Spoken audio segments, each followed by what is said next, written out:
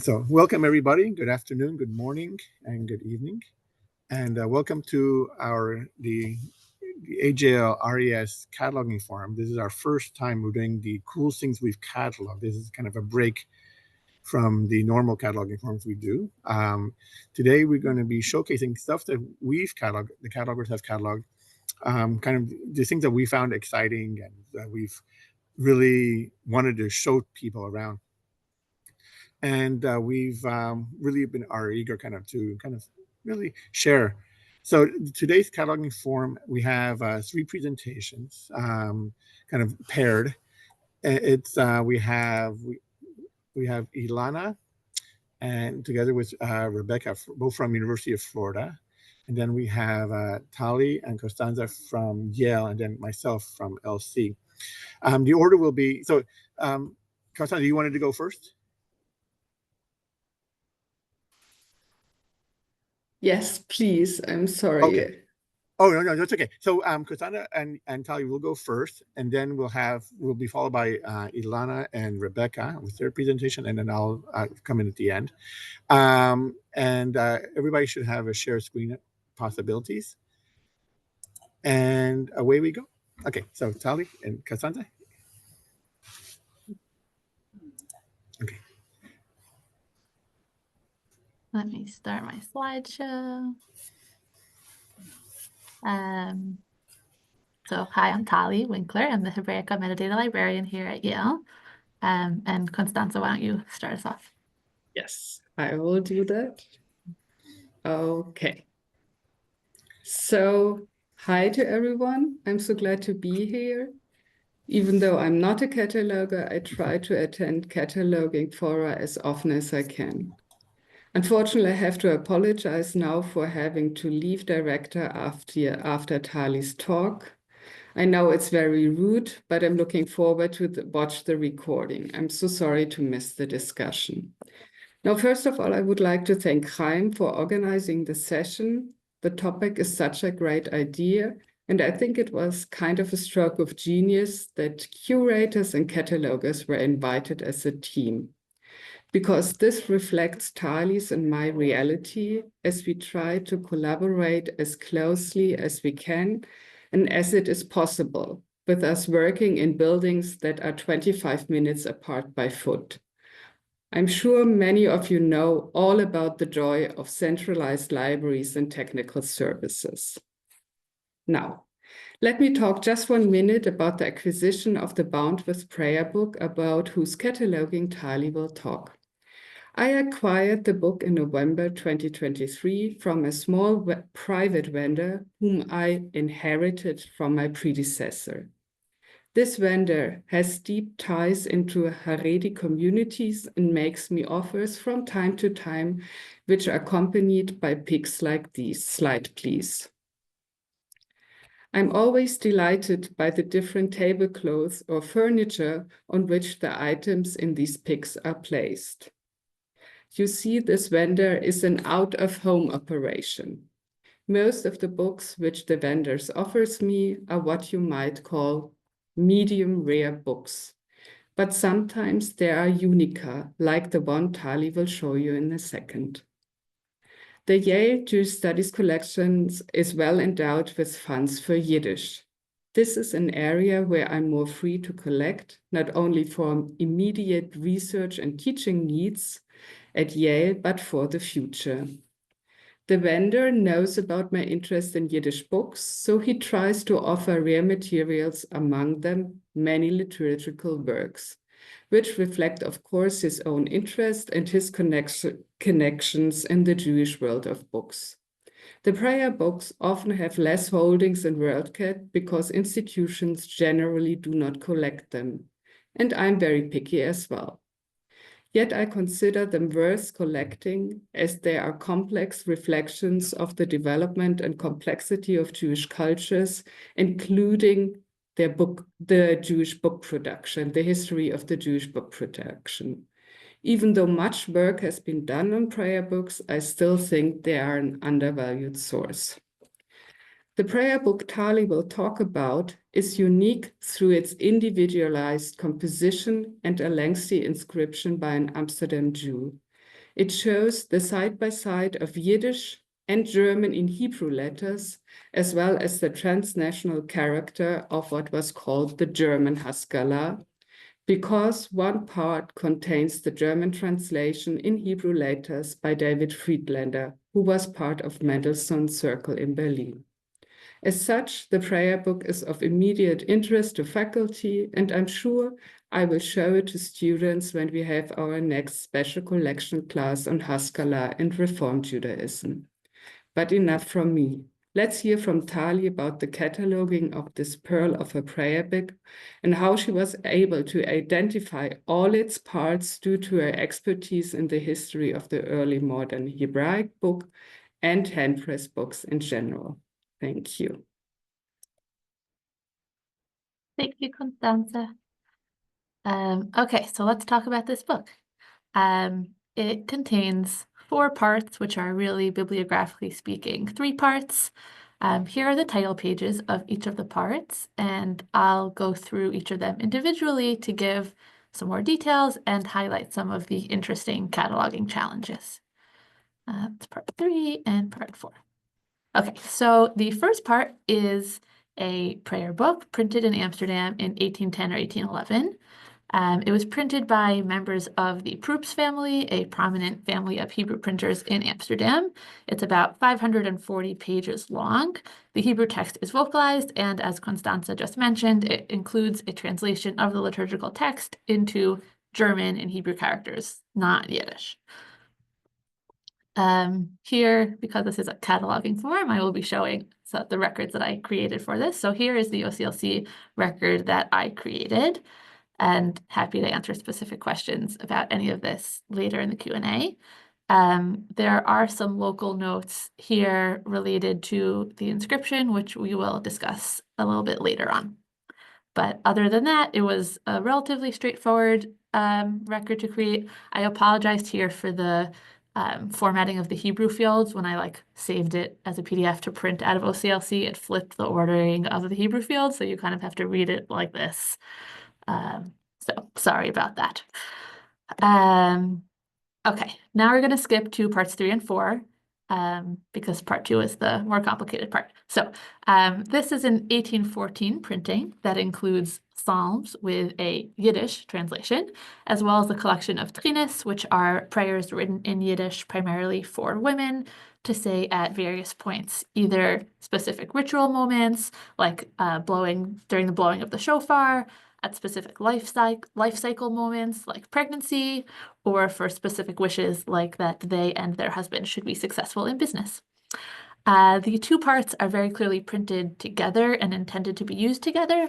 The printing information on both title pages is exactly the same, and the pagination is continuous despite the appearance of this second title page. It was printed by the Rofe family, also known by their Dutch name Van Emden. This family, like the Proeps family, was a prominent family of Hebrew printers in Amsterdam. They were active from around the 1720s through the 1850s. So just so you can see a couple of the pages in this section, you can see here on the top the vocalized Hebrew text, on the bottom the Yiddish translation. This is actually a prayer to say before you start reciting the Psalms, but same format as later on the text of the Psalms itself.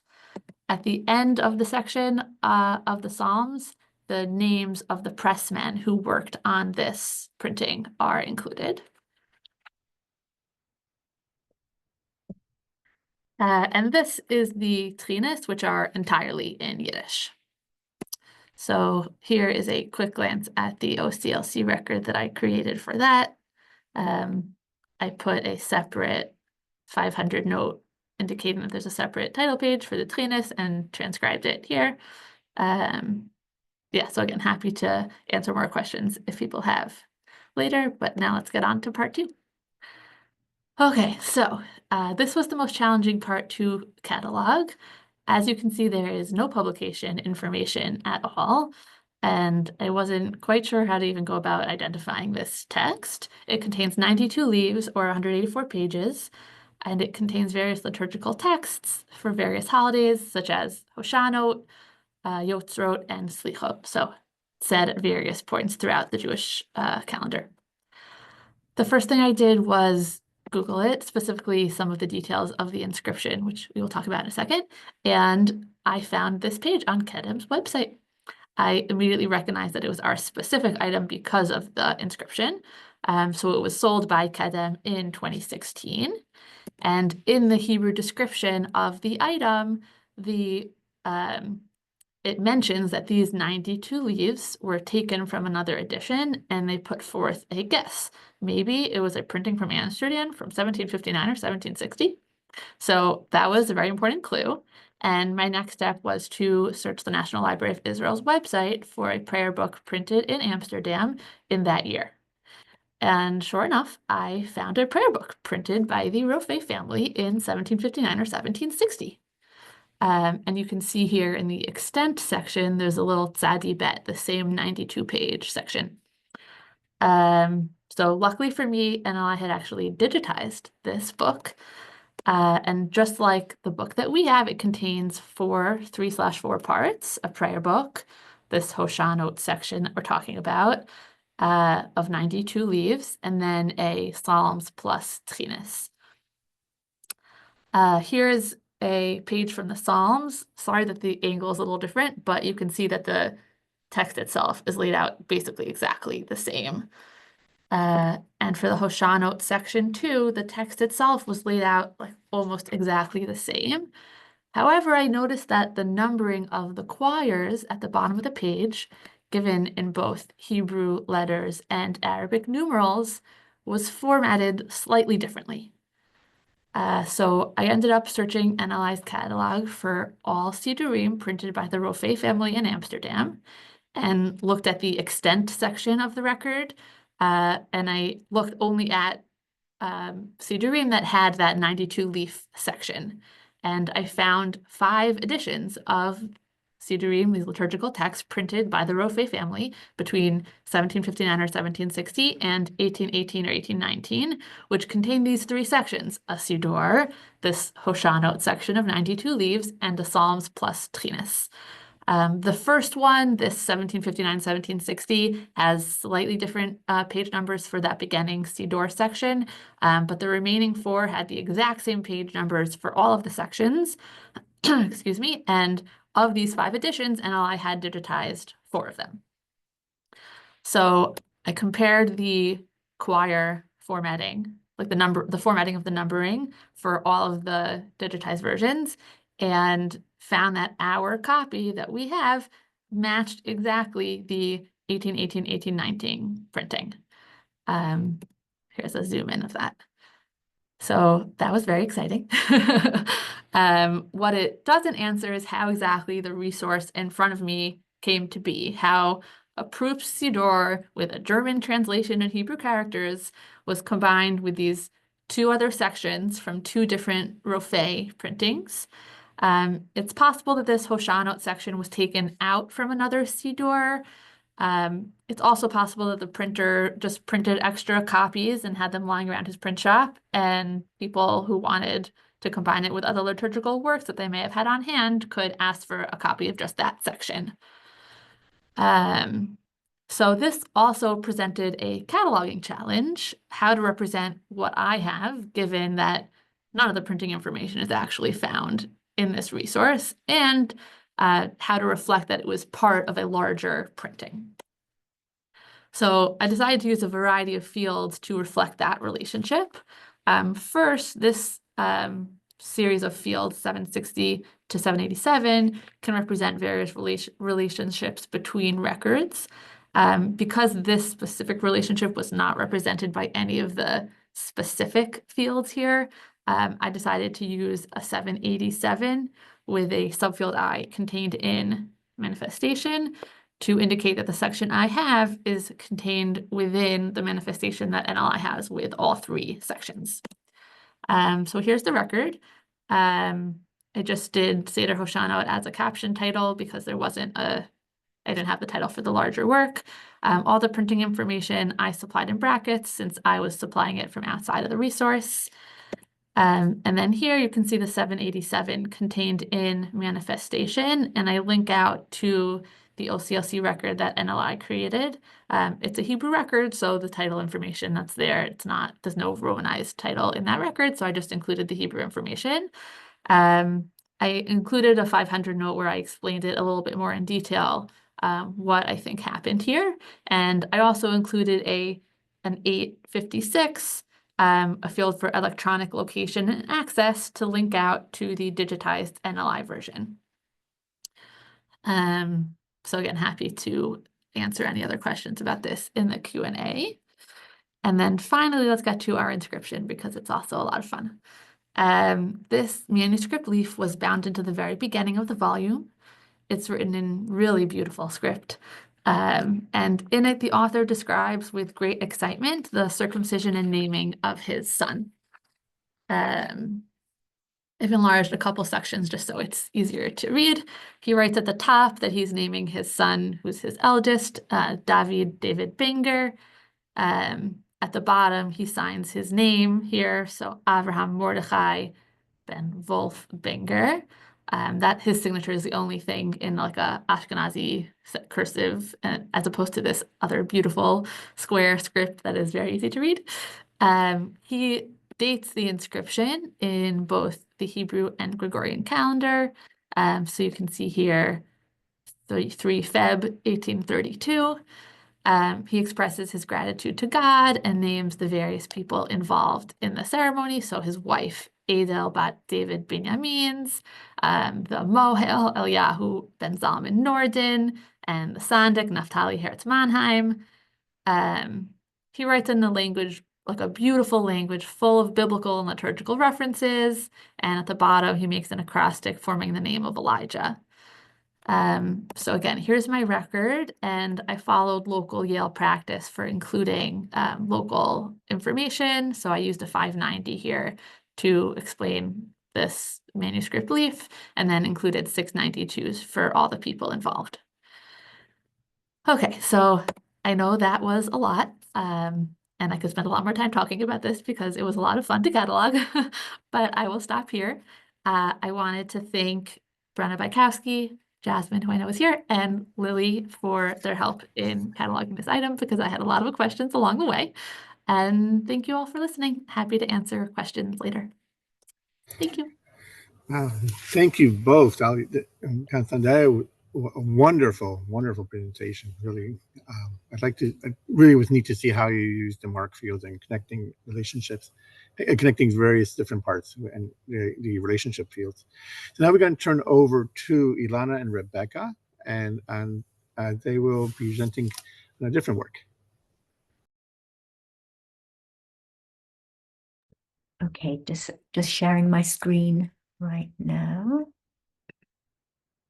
So hopefully you can all see that. All right, over to Ilana.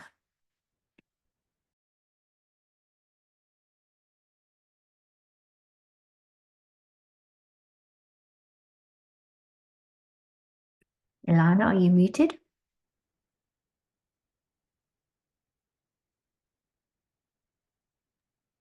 Okay, apologize for that. First of all, I've shared in the chat the number of the OCLC number if anyone would like to look at it. And good afternoon. Dr. Rebecca Jefferson, the curator of the Isser and Rhea Price Library of Judaica at the University of Florida, and myself, Ilana Ben David, from the Resource Description Services Department at Smothers Library, will present the talk, The Cataloging of Nicolas of Lyra,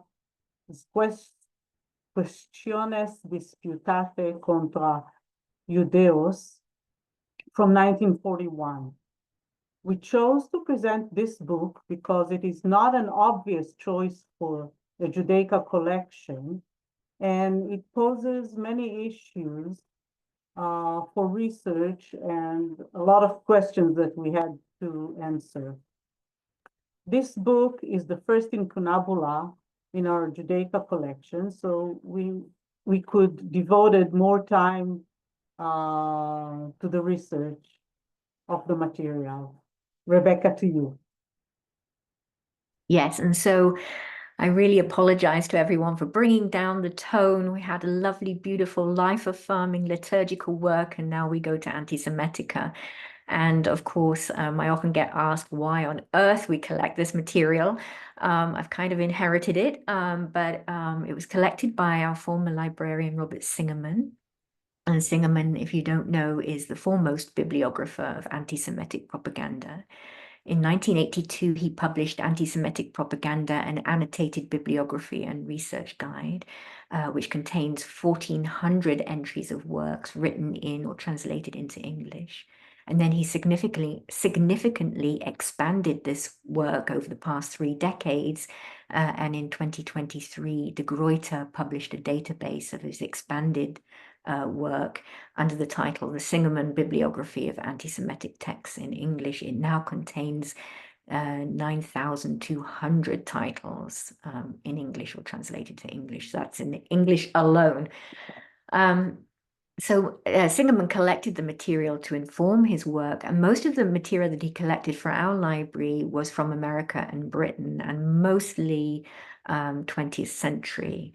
So what I've done is to continue to develop the collection as a teaching tool and a research tool. And so in order to be able to teach this subject, I've decided to develop it to contain other, materials in other languages and from earlier periods, so we can develop a chronological line. So my most recent purchase, which we're going to talk about to you today, is one of the oldest anti-Jewish texts in print, and it's by Nicholas de Lyra, and it's his Questiones Disputate contra Judaeos. So how did I acquire this piece? Most pieces that I add to the collection, I do research in the vendor catalogs and online. But from time to time, I get vendors who reach out to me. And this is one that a vendor who works mostly with our rare book curator. This is Bill Cotter of W.S. Cotter Rare Books in Austin, Texas. And he reached out to me with this offer of the de Lyra book. He described it as a notorious late medieval anti-Jewish tract. And he described how it had a significant influence on Martin Luther's book on the Jews and their lies. So I was very interested to acquire this. And it seemed like a good addition to the collection in what it represents in terms of early anti-Jewish rhetoric. And I also like the idea of adding a first incunabulum to our collection. Okay, back over to Ilana, who then had to deal with all the interesting problems with this piece that I presented her with.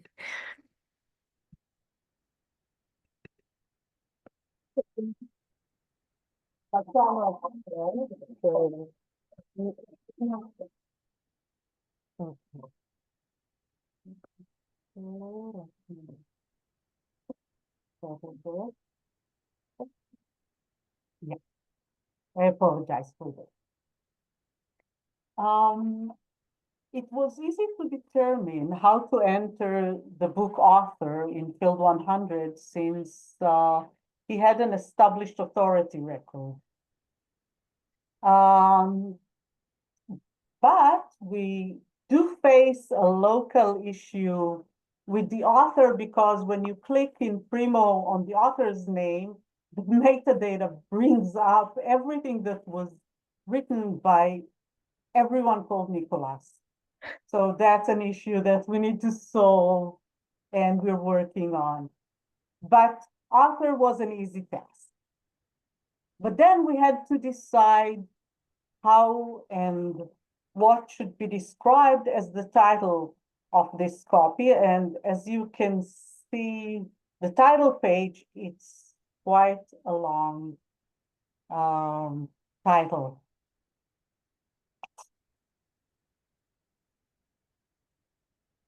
So the challenge was neither of us reads Latin.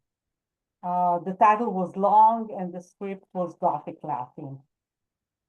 Rebecca transcribed the entitled title page and sent it to Neil Thayer, our previous curator of rare books and an expert in Latin. And he helped us to make sure that it is accurate.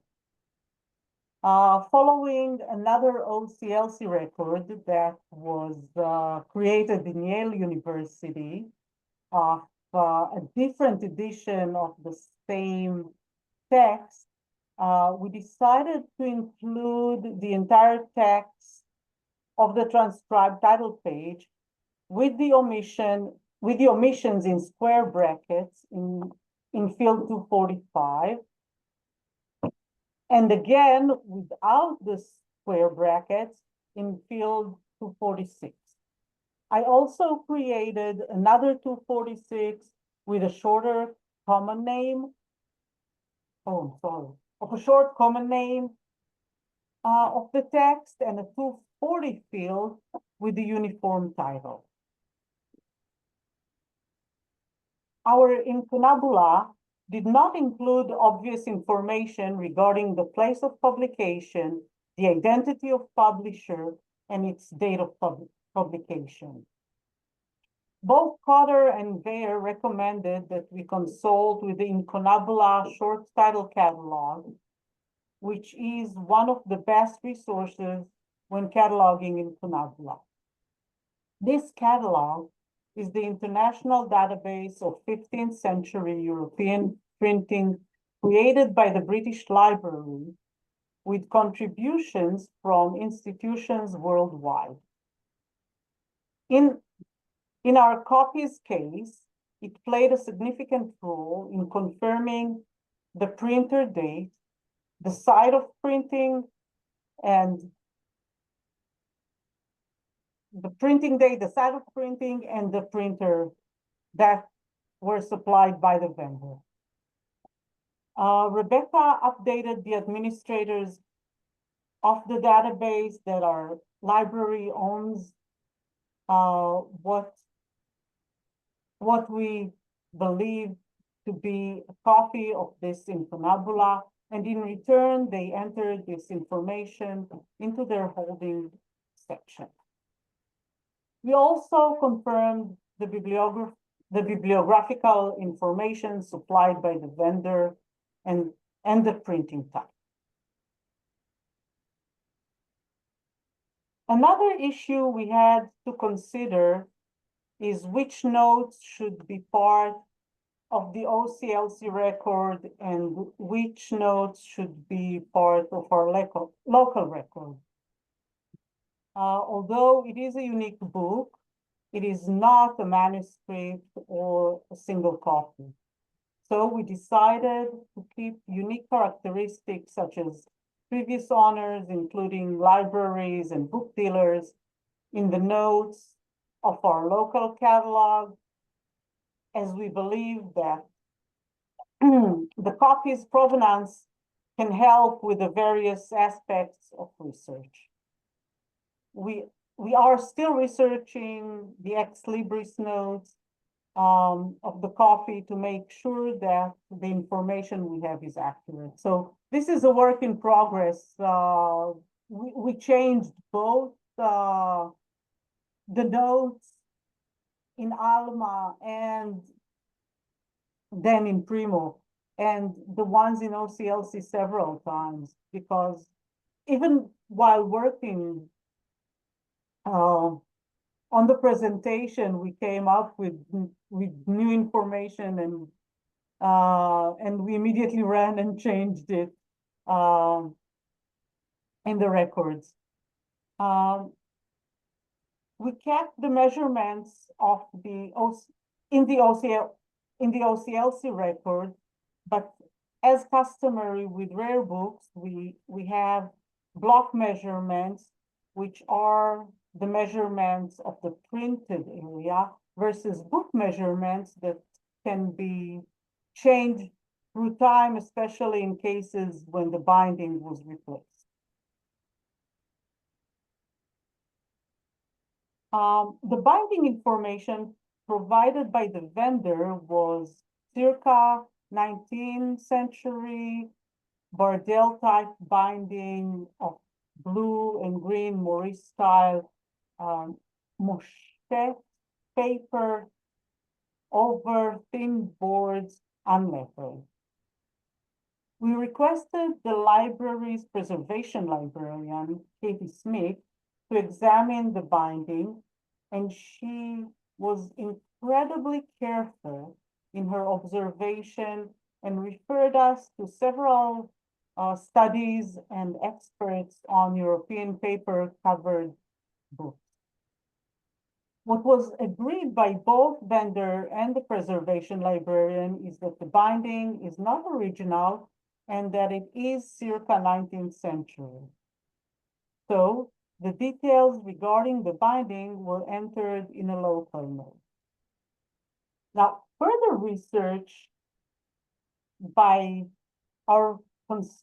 Katie Smith showed that the binding is a pseudo marble called Annonay paper, and that the particular pattern is called papier tourné. She was able to trace the binder that may have produced it, the Montgolfier family, and she narrowed the binding date to late 1700s through mid 1800s.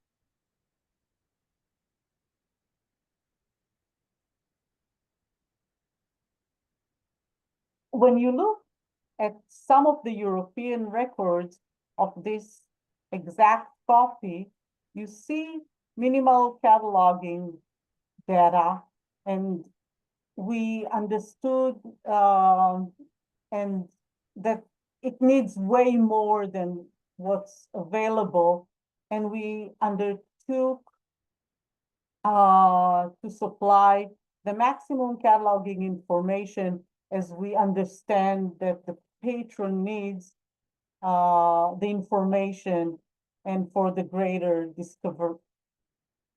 ability to discover it and retrieving the material.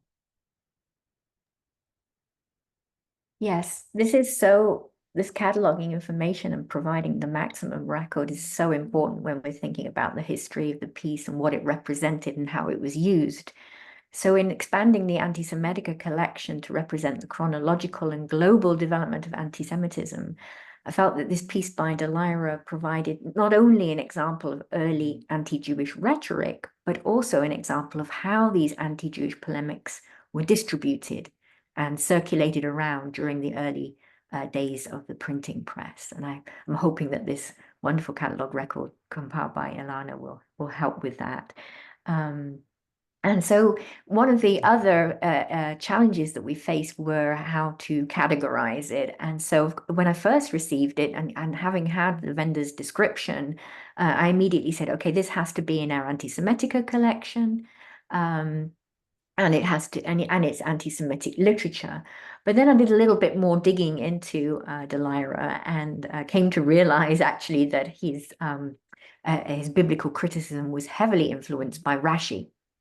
And so as I came to understand more about what he was doing, I realized that these are arguments that he was making against Judaism and not specifically targeting Jewish people as an object of hate. So different to the sort of the anti-Semitic literature that you'll find later, different to Martin Luther's The Jews and Their Lies, even though Delaira was a significant influence upon him. So I've asked Ilana to keep the piece in the anti-Semitic collection, but to replace the genre term anti-Semitic literature. And so now if you'll look at the record, that's no longer there, and anti-Jewish works are there instead. But even having said that, we're still, as Ilana said, it's a work in progress, and we're still trying to update these genre terms. So we'll really look forward to your questions and comments when we get to that section. Thank you so much. Thank you so much, Rebecca and Ilana. That was amazing. This idea of what this even the idea of where to place a book itself can be challenging. And thank you very much for sharing. Now I'm going to just do the final one. Let me just share screen here. 1 second.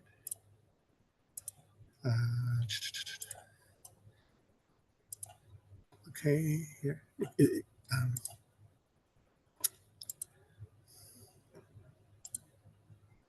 Can everybody see? No, it's still loading. no. Nothing's showing up yet. Nothing showing up yet? There it is. Okay. Is it from the slide share? Resume slideshow. Oh, okay. I'll keep it this way. Okay. So I'm Chaim. I'm a cataloger at the Library of Congress, and the piece I'm going to show today is the cataloging. Okay, there we go. The Tur Yoredea, which was printed in 1486 by. I am sorry to interrupt, but can you make it bigger? Huh? Can you possibly make it bigger? Oh, that's interesting. Okay. Yeah. Let me stop share real quick. Something's not sync already. You know, because okay. Let me see what I can do. 1 second here. Let me change screens. 1 second. 1 second here. Let me do a PowerPoint. Is it showing now or? We're seeing like the whole PowerPoint not in presentation mode, but it is bigger. So if you want to leave it that way, that's Okay, probably it's also. Yeah, it's not changing modes. Okay. All right. Let me just let me keep it this way because it's not letting me change for some reason. All right. I'll just keep it the way it is for now. And if it changes by accident, then it changes. Okay. So this is a Tur Yoredea printed by Eliezer ben Alantansi in Spain, 1486. So it was a few years before the expulsion. The reason I chose this piece to present, it was, for me, very exciting. This is among the early pieces I've cataloged for the Hebrew Incunabula project that was started. Actually, the original starting date was March 16, 2020.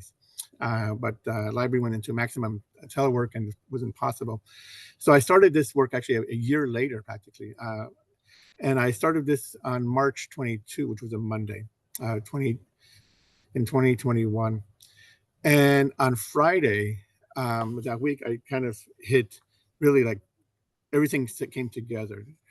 And the big thing, the reason I chose this piece is because the challenge that I had in determining how the book was constructed in terms of the gatherings. The gathering is, so let me just step forward 1 second. So just here, let me just give you a background of this book and how it was acquired by the Library of Congress. This book is part of the Ephraim Deinard collection.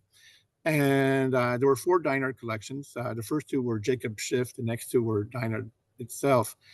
And we don't know exactly where Deinard picked this book up, but it was 1914. He originally did the acquisition.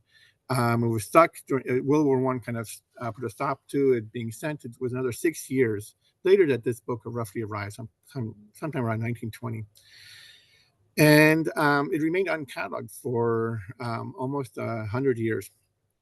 It came from Spain. This is in pretty bad, it's a nice condition, but it's missing pages here and there. So it's not complete, it's imperfect. And the challenge I had was this is where I had the challenge. So had to do with what was missing, what were the gatherings that were wanting, what was missing, and how do I formulate this formula? Although the formula itself, I found in other sources, I wanted to make sense of it better.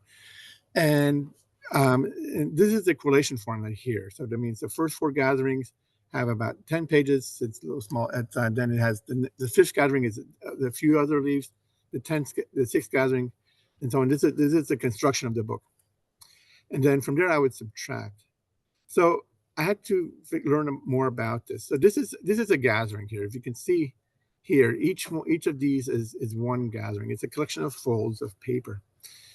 And this is definitely unusual. When a printer printed their books, they printed it in gatherings. They didn't bind it.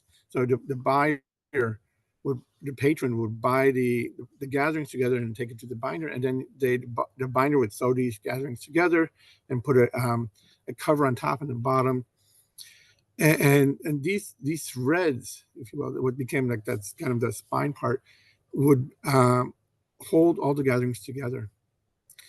And one of the interesting things about this particular this copy of this book, unlike other things, so Talia already started talking about page numbers, and normally, so in Talia's work, it's a count of gatherings and the count of leaves within those gatherings.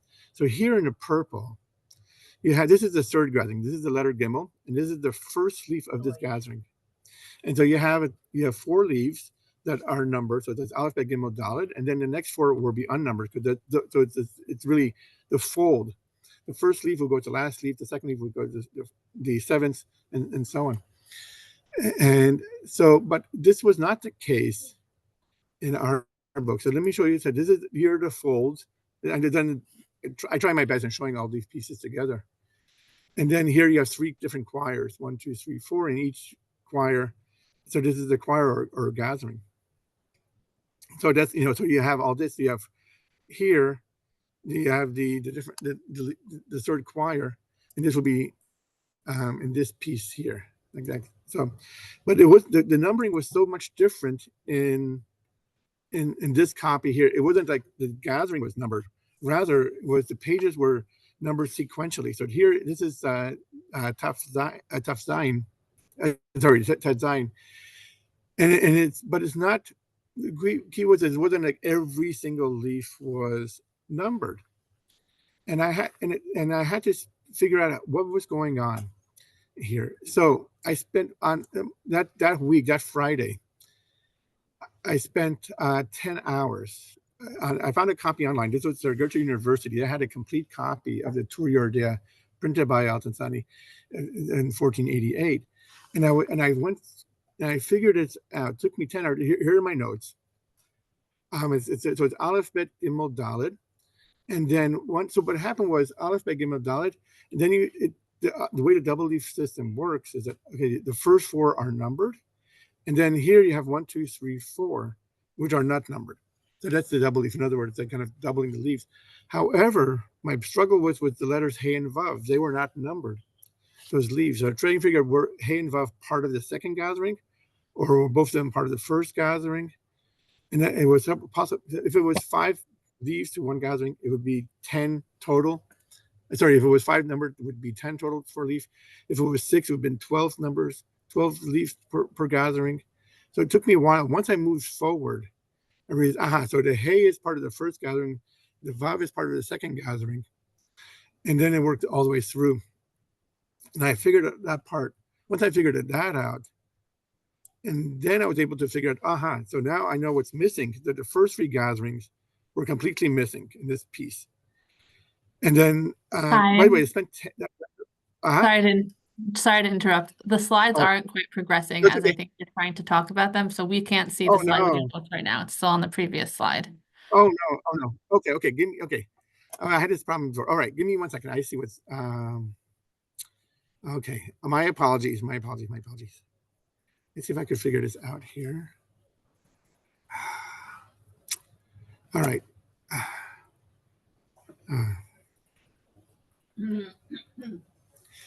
Okay, is it? No, it's not moving here. Oh, my laptop is frozen. Oh no. All right. Oh, thank you, Talia. I'm sorry about that. I'm using 3 different computers. Okay. Are we a little bit better now? Now it's on the last slide that says thank you. Okay. All right. So let me start. Where are we on the 9th slide at this point? I think we're supposed to be on the 9th slide, but we're seeing slide 11. Yeah. All right. So, okay, let me just keep it here. That's the way it is. Okay. So the purpose of, let me just go back. So one of the things about trying to figure out the gatherings is figuring out how the ideal copy works. You know, they were going page by page, leaf by leaf. I spent an entire day working that out, got the collation formula down. I was able to understand how the book was actually constructed. And then I knew then exactly how to subtract from there. And let me see if I could go back one. Nope. My apologies here.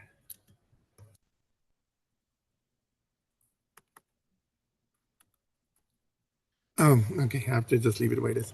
I've been having Zoom issues all day. So, anyways, but the goal was to understand what was missing. So I learned that the first three gatherings were missing, and they were replaced by a manuscript page or pages. All the entire first three gatherings were replaced by manuscript, all by hand, and then the last two gatherings were not replaced, sadly, and therefore sadly the last leaf that's missing was the one that had the printer's mark, which was very pretty, and it gave us a colophon and everything. That was completely missing. So I had to, although I was able to record all this information in the bib record. Let me just stop share for now. Yeah, it just sadly was not going. But you know, the LC's copy was completely missing, and but it was interesting. But now I understand what a double leaf system works, how it looks like. So when I see it, I know exactly what to do. It takes me no time now, but those 10 hours were very well spent, and that's something that I was very excited to share. Anyways, I had a few more slides here that I wanted to show. It's not at all working, so my apologies on that. So that's where I am. Thank you. Okay. So anybody have any questions, observations? One thing I want to just point out that in terms of cataloging this thing, everybody, all three presenters had, was that it took a lot of time to figure out the piece in hand in order to record what we wanted to record in the bib record. And it wasn't simply like 1 hour of cataloging was done. It was, you know, hours spent, days spent, sometimes this, and then talking to colleagues and just making sense of the piece at hand, how best to record it and how best to bring out the information that we want to present accurately in the record itself. So I open the floor to questions and observations to everybody. Thank you.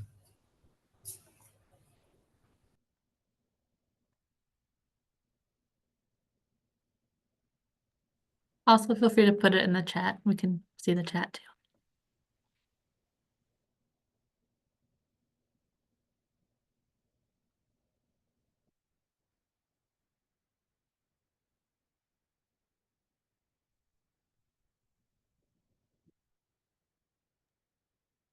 Okay, I have a question for Chaim, because we presented as a team, curator, Right. cataloger. Who are you working with, Chaim, and who That's a very good question. So when I started cataloging this piece, it was originally, so okay, so it's the Hebraic section was different at the time than it is now. It was Anne Brenner who was then, I wouldn't necessarily, she was like the acting section head. And now it's Yoram Biton who's here. And so I was going to ask Yoram to attend, which I didn't. And that kind of, I thought about it after the fact, but not at the time. So I just, yeah, but it was Anne Brenner would have probably, well, we had some issues, so it was not going to be the best to work with, but it was, in terms of curator, it would have been Anne Brenner.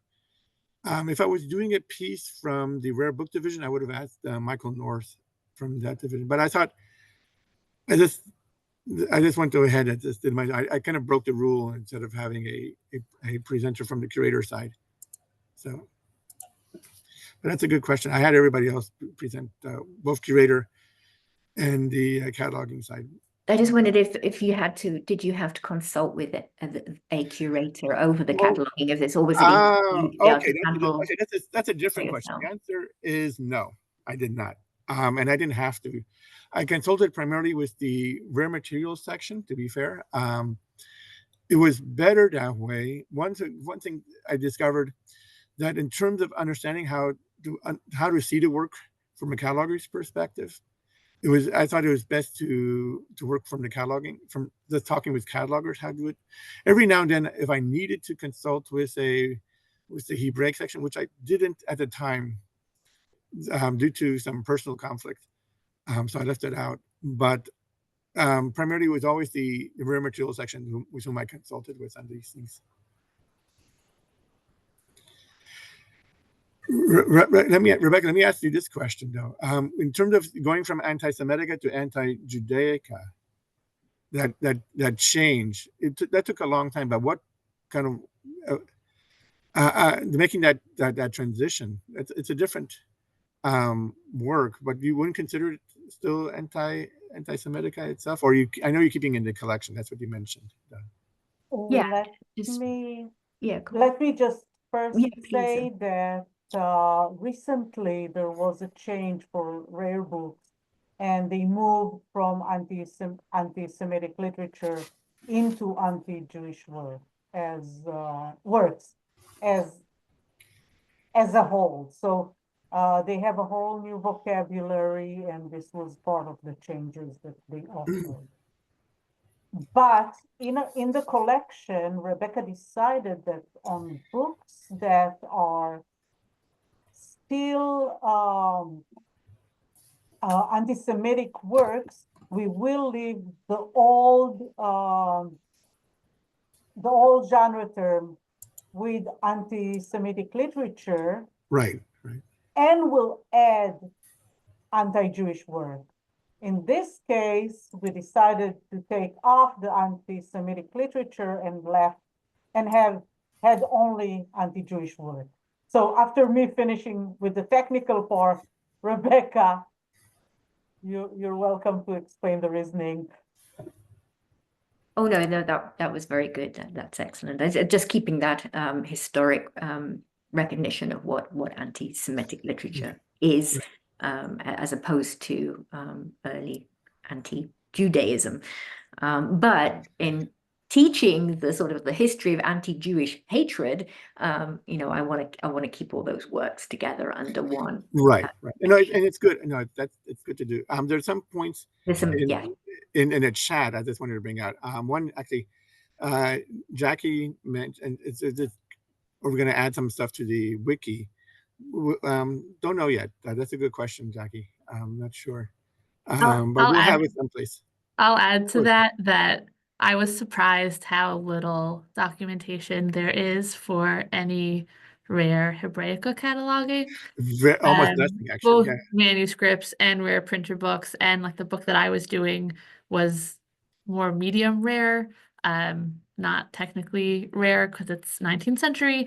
But when I came to this field, was somewhat surprised that there was not more documentation than there is, and I think that is a desiderata here. No, I agree, and in fact, that's to point out. That's one of the reasons for the cataloging forums in general, why I brought out a lot of the cataloging rare materials, whether manuscripts or books themselves. There's a lot of documentation we need to add a lot, but that's a good point. But yeah, it's very lacking. Talia, actually, was a question for you from Ari. Actually, you mentioned some of the things that you wanted to maybe discuss further within the MARC record, and if you would be interested in hearing anything. Sorry. Ari will be interested in hearing anything that you wanted to share. I could talk about this a lot. I think a couple issues that came up in a bunch of these records is figuring out how exactly to capture some of the information as I'm supplying it, right? So I think if I'm supplying the information, I'm supposed to only be doing it in the language of cataloging, which is English. So I'm only supplying the printing information in English, but I'm taking it from somewhere where I can see it, and it is in Hebrew. And I honestly just feel like it looked kind of funny to not have the Hebrew there, right? Like, right. It exists and it's there, and I'm looking at a digitized version of it, and like I feel like I should be including it. And I think something that often comes up in some of this medium rare cataloging that I'm doing is I feel like a lot of the guidance, this is related to Jackie's question, a lot of the guidance for general Hebraica cataloging is not necessarily tailored to rare books. So trying to balance some of the considerations of trying to make things discoverable, trying to bring out information in the record that would be helpful to researchers as they're looking for and consulting this material, and trying to balance that with some of the official recommendations for Hebraica cataloging. So I think that was that's like one category of things that came as I was working on this, and a lot of the other things that I catalog. I'm constantly trying to weigh these different factors. Right. There is a question from Phyllis, who has her hand up. Yes, thank you. My question is about Nicholas of Lyra. I'm a medievalist and I mostly work with Latin texts, although, you know, this is not particularly one of my specialties, but I didn't know he was anti-Semitic, or, his works were containing information, strong information about these things. But I do know Latin. I would have cataloged the manuscript of Nicholas of Lyra, not knowing this, because I could simply transcribe, the title, the beginning, the end, whether there are many missing leaves, or the same for a rare book edition. So I was wondering, and since this is part of a very specific collection that you're developing, this purchase, and you have cataloged it as such, I was wondering, are you thinking of doing a little bit more public outreach kind of work? Because I just checked the Wikipedia page for Nicholas of Lyra. This is not mentioned at all. I mean, there is one sentence about Luther possibly being inspired, but that's it. So just could you educate us? Maybe I'm thinking the fact that you didn't know Latin and you purchased this through entirely different connections and reasons is a good thing for us in general. I mean, I would assume a lot of medievalists who work with Latin sources would know the name, would maybe know the title, but not necessarily the contents. So thank you for that. Thank you. That's a great question.